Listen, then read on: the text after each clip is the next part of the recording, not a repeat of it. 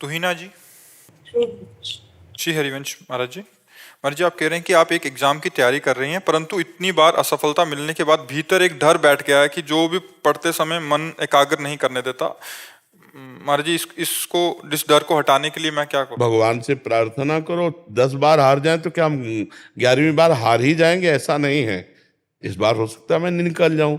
अच्छी पढ़ाई पढ़ो और बिल्कुल प्रसन्न रहो।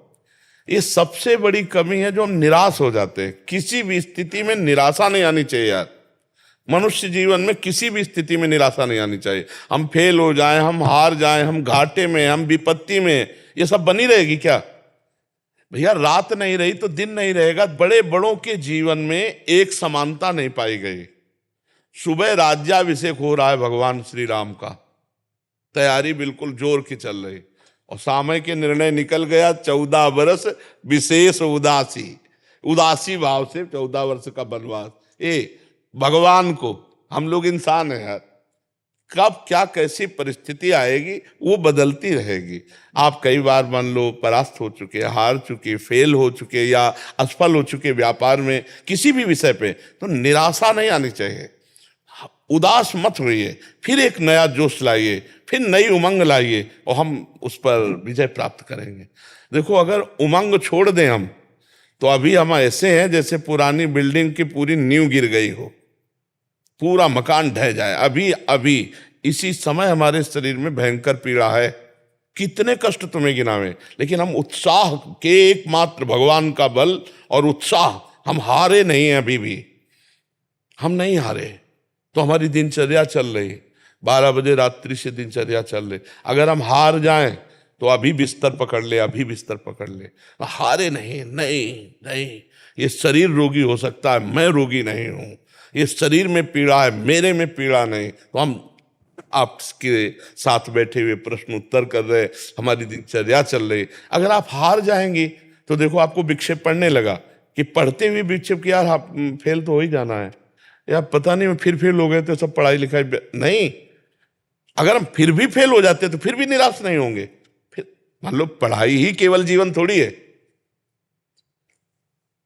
और भी जीने के उद्देश्य हैं, और भी जीने के रास्ते हैं। केवल पढ़ाई, अगर हम पढ़ाई में नहीं सफल हो पाते हैं तो क्या हमारा जीवन ही बेकार हो जाएगा? बहुत विवेक से हमें जीना है। हमें समाज के लिए जीना है, परिवार के लिए जीना है। हमें और जीने के कई कारण हैं जीने का। क्यों यही नहीं कि हम फेल होते चले गए तो अब क्या करें, अब शरीर को नष्ट कर दें। बहुत से बच्चे ऐसे करते हैं, बहुत से किसान ऐसा कर लेते हैं, बहुत से व्यापारी ऐसा नहीं करना चाहिए। हमारे जीने के और भी कारण हैं। सबसे बड़ा कारण है भगवत प्राप्ति, और वो अगर इस मनुष्य शरीर में नहीं हुआ तो किसी योनि में नहीं होगी। मुझे भजन करना, मुझे भगवान की प्राप्ति करनी है, और भगवान मिल गए तो सब कुछ मिल जाएगा। आप विचार करो, भगवान मिल, हमको एक बहुत बड़े विद्वान मिले काशी में। जब हम घाटों पे रहते थे वैराग्य से, तो उन्होंने कहा, स्वामी जी आप कितना पढ़े? उनका कक्षा 9, गांव के स्कूल के। उनका जीवन बेकार है, कम से कम व्याकरण तो पढ़ लीजिए। संस्कृत का एक होता है व्याकरण, जिसमें शास्त्रीय शब्दों का ज्ञान होता है। उनका हमारी आस्था नहीं रही, हमारी आस्था भजन और तपस्या में है। तो उनका क्या ज्ञान प्राप्त हो जाएगा भजन और तपस्या से बिना व्याकरण पढ़े? उनका मुझे तो ऐसा विश्वास है कि वेदों का अर्थ भी आ जाएगा अगर तपस्या और भजन हो। क्योंकि तपस्या से क्या नहीं हो सकता, भजन से क्या नहीं हो सकता। तो उस समय तो हमारा जीवन ऐसा था, कोई मतलब ही नहीं था कि ज्ञान और प्रवचन और प्रश्नोत्तर, कोई सवाल ही नहीं था उस समय। तो एक केवल लक्ष्य था भगवत प्राप्त। लक्ष्य बना लिया तो आज आपका प्रश्न बाद में पूरा होगा, उत्तर पहले दिमाग हमारा तैयार कर लेता है। ये हमको बताते थोड़ी कि हम प्रश्न का क्या करने वाले हैं। ऐसा नहीं है कि पहले हमें प्रश्न बताया गया हो फिर हम उसका उत्तर चयन किया हो, फिर नहीं। आप करो, आप प्रश्न करो, और पूरा नहीं होने देंगे, उत्तर भगवान पहले यहां फिट कर देंगे। क्यों? क्योंकि उत्तर हम नहीं दे रहे, हमारे भगवान बैठ करके दिमाग में देते हैं। इसलिए जहां तुम्हारा प्रश्न हुआ फौरन उत्तर। एक प्रश्न, ऐसे ऐसे जटिल प्रश्न, और एक दिन से चल रहा है, वर्षों से चल रहा है, वर्षों से प्रश्न आ रहे हैं और वर्षों से उत्तर हो रहा है। चाहे जितना पढ़ा लिखा हो, उत्तर के लिए समय चाहिए। उत्तर के लिए समय चाहिए कि नहीं चाहिए? कि भाई ये एक विषय का उत्तर थोड़ी हो रहा है। लेकिन आप देख रहे हो प्रश्न के उत्तर, ये पढ़ाई का उत्तर नहीं है। कक्षा 9 पढ़े हैं गांव के स्कूल की जानते हो हालत क्या होती है? धूप में मास्टर बैठे, सर्दी में लड़का उधर बैठे हुए। हम ऐसे स्कूल में पढ़े, ऐसे थोड़ी पढ़े कि ABCD तो 6 से शुरू की जाती, कक्षा 6 से ABCD शुरू होती थी। तो 9 कक्षा में क्या है, 9 तक कितनी पढ़ाई होती है? ना कोई संस्कृत कॉलेज गए, ना कोई ऐसा पढ़े। तो हम ये कह रहे हैं कि हमारे जीवन का उद्देश्य यदि सत्य है तो प्रकाशित होके रहेगा। कितना पढ़ लेते, क्या बनते।